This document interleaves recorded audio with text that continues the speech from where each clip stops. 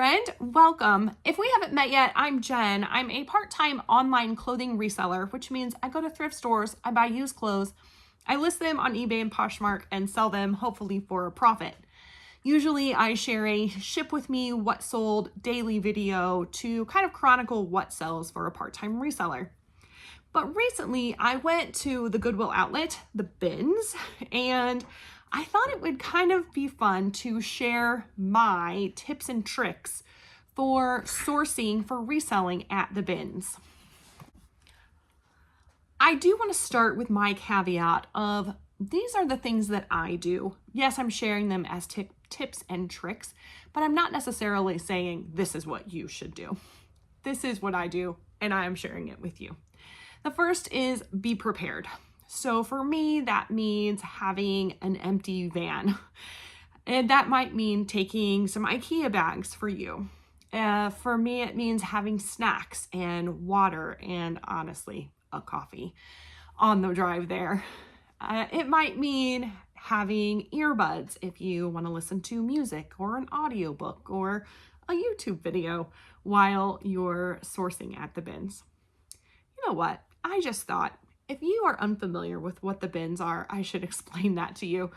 The bins are the Goodwill outlet, and they are literally just big, giant bins of clothing, shoes, purses, household goods, toys, stuffed animals, craft items, anything you could possibly imagine dumped into these bins. You dig through them, and what you decide that you want to take home with you, you pay by the pound.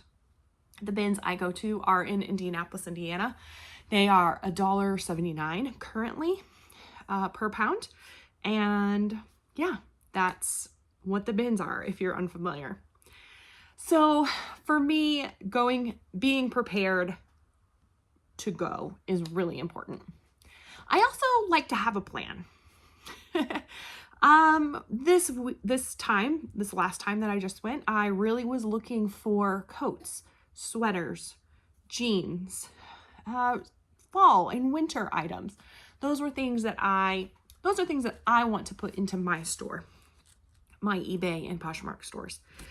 However, my next tip is to expect the unexpected.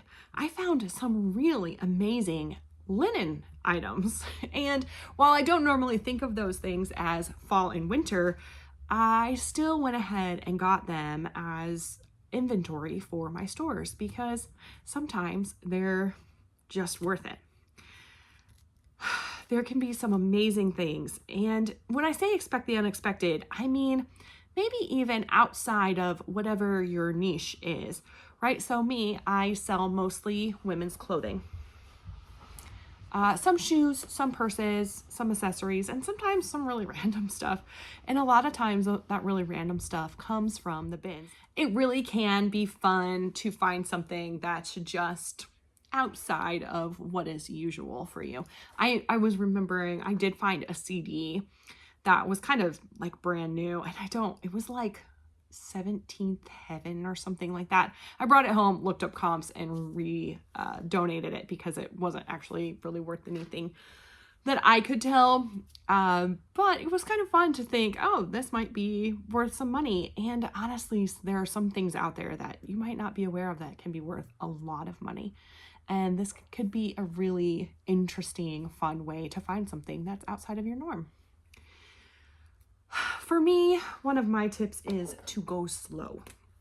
If you have ever been to the bins, then you will know that people line up. So what they do, at least at the ones I've been to, is every hour they will trade out at least the majority of the bins.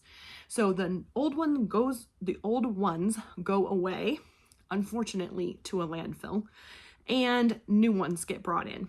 And so I just remembered another thing. I'm going to write it down before I forget. Okay. All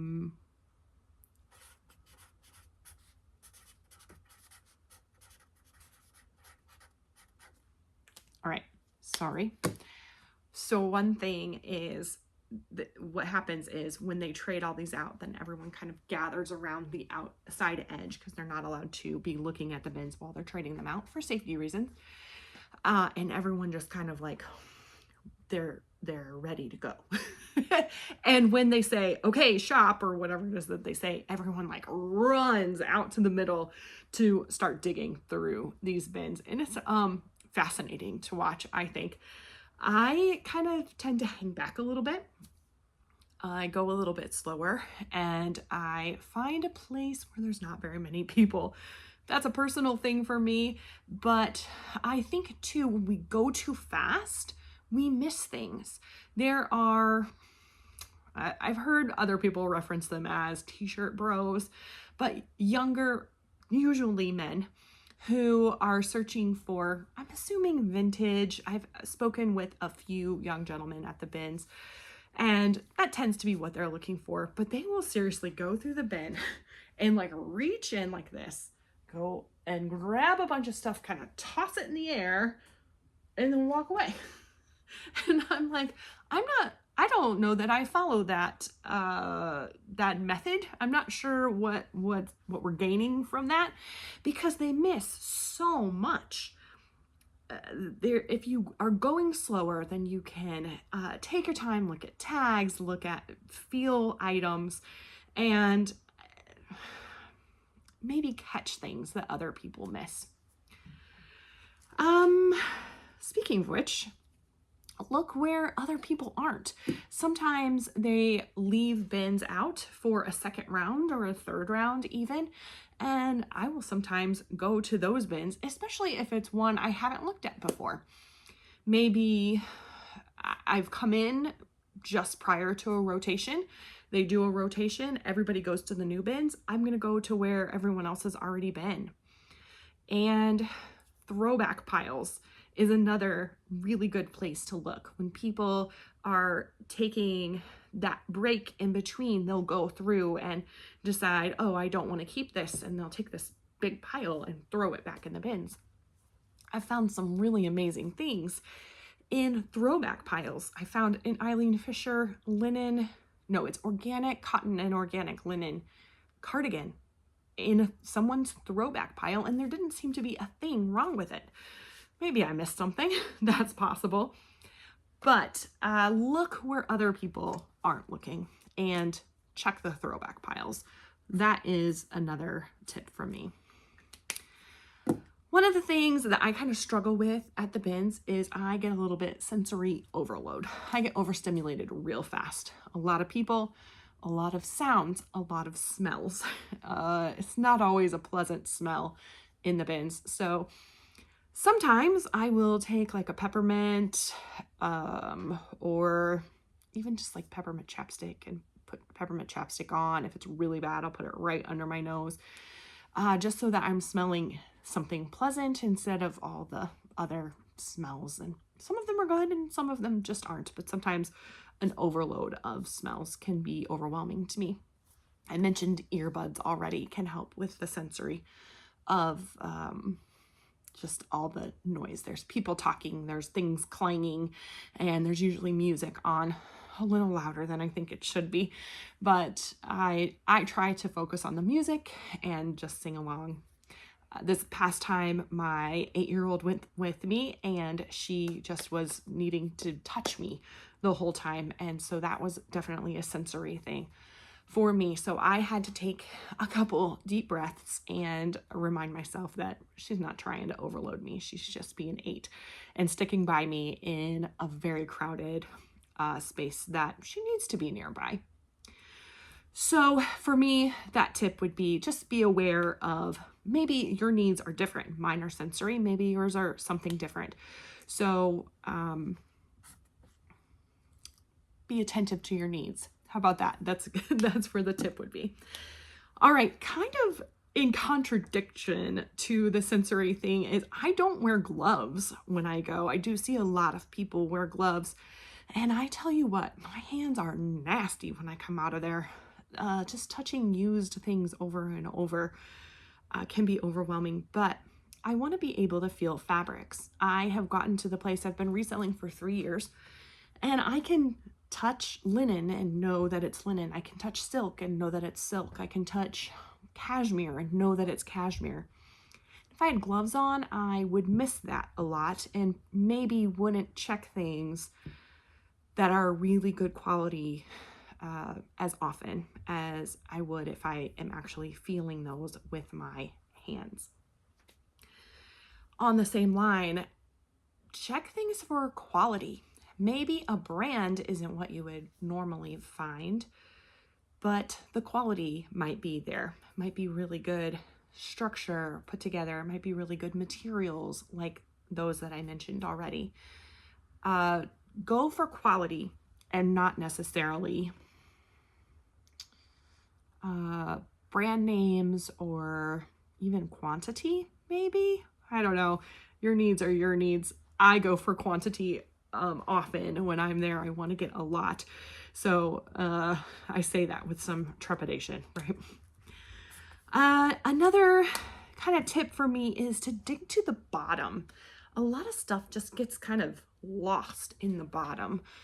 For me, bras and belts, just like heavier things and smaller things can just get stuck in the bottom. And so finding some of those things at the bottom can really help, especially with bras, can help lower the cost of goods because they don't weigh as much. And belts can be high quality if they're made well or really cool vintage or leather, things like that. All right. Here is another tip. I had another one that I didn't write down. Maybe I should have, but I didn't want to take another pause like that. So comp. I need to tell this to myself. It is important to comp. It is so tempting to not comp things because the cost of goods is so low. And sometimes I do just take the risk because I don't have the time or don't feel like taking the time, if I'm being honest, to comp. When I say comp, if you're unfamiliar, it's comparables. So taking the item that you have in your hand, looking at other similar brands, sizes, colors, materials on eBay and comparing it. I'm sorry, I say eBay because that's where I comp, but your platform of choice may be different and it doesn't matter what platform you choose. But seeing other items that are listed and also other items that are sold. And that is really important. If something has 100 items listed and only one sold, the probability of yours selling in the next 90 days is probably pretty low. However, if those numbers are switched and there's 100 sold and only one listed, there's a high probability that yours is going to sell too. So maybe that's the item that you want to get. So aside from bread and butter brands, so things that I know I can sell at a price point and generally in a time frame that I'm comfortable with, that's what I would call like bread and butter. I comp pretty much everything else, especially things that are unusual that I'm unfamiliar with, and I do my best. I will tell you that this is one of those, I'm preaching to the choir here. I need to be better at comping because sometimes it's too easy to say, it's $2, right? It's not gonna matter. But I do have a 2-pile system that I use for comping. So when I am loading up a cart, I can almost always get a cart at the bins where I go. And I will put anything that I'm sure of in the back. So if it's something that I'm going to get for my family, or like I said, in those bread and butter items, sometimes it's brands, sometimes it's just like a category of things, then I will put those in the back and I don't need to worry about checking them. And then in the front, where like a child would sit, I pile up the things that I want to check comps. And so then when we have that break time in between the switching out, then I will just take and focus on that pile in the front and check all those comps as quickly as I can during that downtime, that break time. I also take some deep breaths because it can be an overwhelming experience if you've not gone. All right. Okay. So sometimes And when I say sometimes, I mean more often than I would like to admit. I buy things because I feel bad that they are going to go to the landfill if I don't buy them.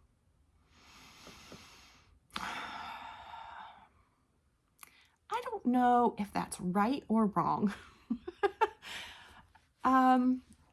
Some examples, I have a teenager that likes to go with me sometimes, and she wants to rescue all the plush, all the stuffed animals she wants to rescue.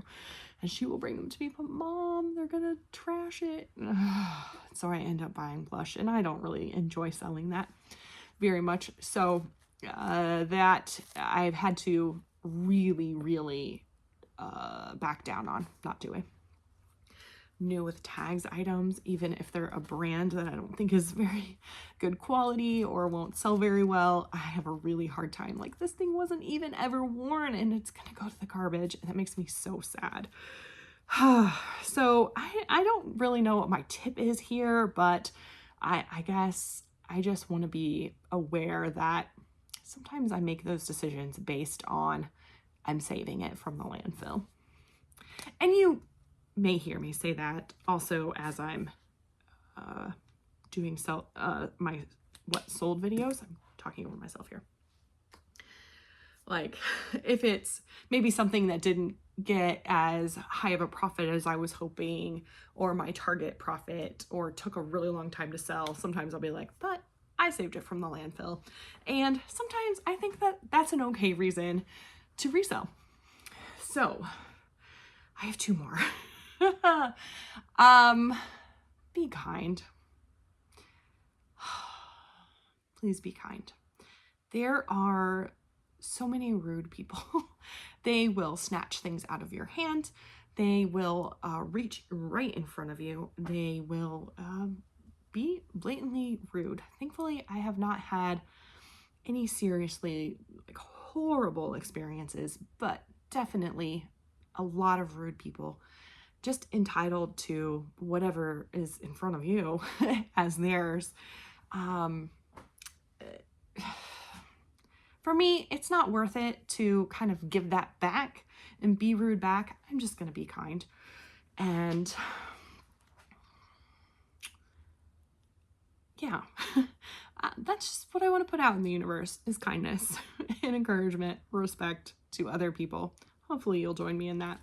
I am hopefully going to take some of these tips and show you tomorrow how I put them into action and the things that I found at the bins. So I will be doing a bins haul that will come out the next video. So that's all. I would really love to know what your tips are. Maybe they're practical, maybe they're more philosophical. I think I've covered the gamut. So please put your tips for shopping the bins, sourcing the bins for reselling in the comments below. I would really appreciate that. And it'd be fun to just kind of hear your tips and tricks along the way too. That's all for me. Make sure you like the video if you liked it. And make sure you subscribe if you haven't already. If you enjoy reseller content, like I said, I usually do ship with me kind of what sold videos daily. And I would love to have you be a part of the community here on YouTube. So thank you so much. I really appreciate you hanging out with me. I'll see you soon.